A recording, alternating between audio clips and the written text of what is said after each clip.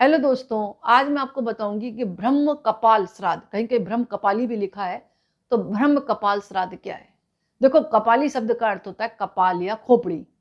यानी ब्रह्म कपाली श्राद्ध एक ऐसा विशेष श्राद्ध है जो उन अशांत आत्माओं के लिए किया जाता है जिन्हें सामान्य श्राद्ध से तृप्ति नहीं मिलती। इसे महाश्राद्ध कहा जाता है। यह विधि मुख्य रूप से गया, बनारस, कुरुक्षेत्र, प्रयाग जैसे पवित्र तीर्थों पर की जाती है। यदि किसी व्यक्ति की मृत्यु अशुभ कारणों से हुई है, अशुभ कौन, दुर्घटना, आत्महत्या, अकाल मृत्यु, युद्ध में मृत्यु, तो ऐसे लोगों का ब्रह्म कपाल श्राद्ध होता है। यदि परिवार के पूर्वजों की आत्मा को शांति नहीं मिल रही है तो उस स्थिति में भी ब्रह्म कपाल श्राद्ध किया जाता है।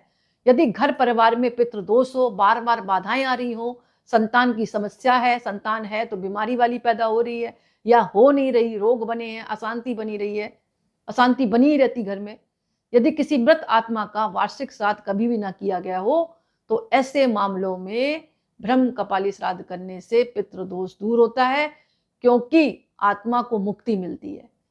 तो संक्षेप में हम कह सकते हैं कि ये उन आत्माओं की तृप्ति के लिए किया जाता है जो आत्माएं भटकती हैं, यानी जिनका अचानक मृत्यु हो गई है दुर्घटनाओं से।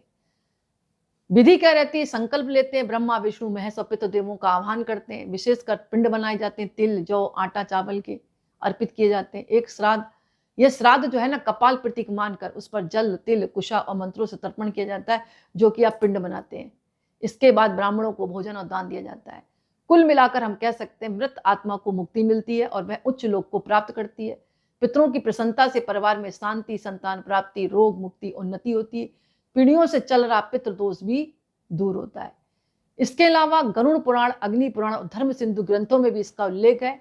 विशेषकर गया महत्व में ब्रह्म कपाली श्राद्ध को अत्यंत फलदायी माना गया है।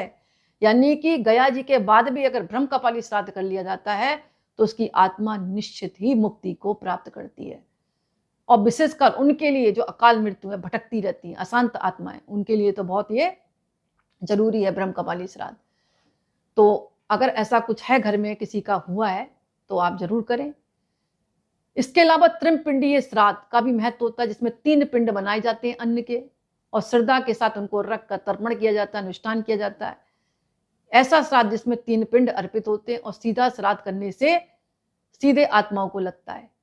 ये 3 पीढ़ियों तक होता है, पिता, माता, दादा, दादी, परदादा, परदादी, और 3-3 पिंड अर्पित किए जाते हैं। कब और क्यों किया जाता है? जब परिवार में किसी का देहांत होता है तो 1 वर्ष बाद उसकी साल श्राद्ध के अवसर पर यह त्रिपिंडीय श्राद्ध होता है। आपने सुना होगा, मृत्यु के बाद 1 साल तक श्राद्ध नहीं होता, 2 साल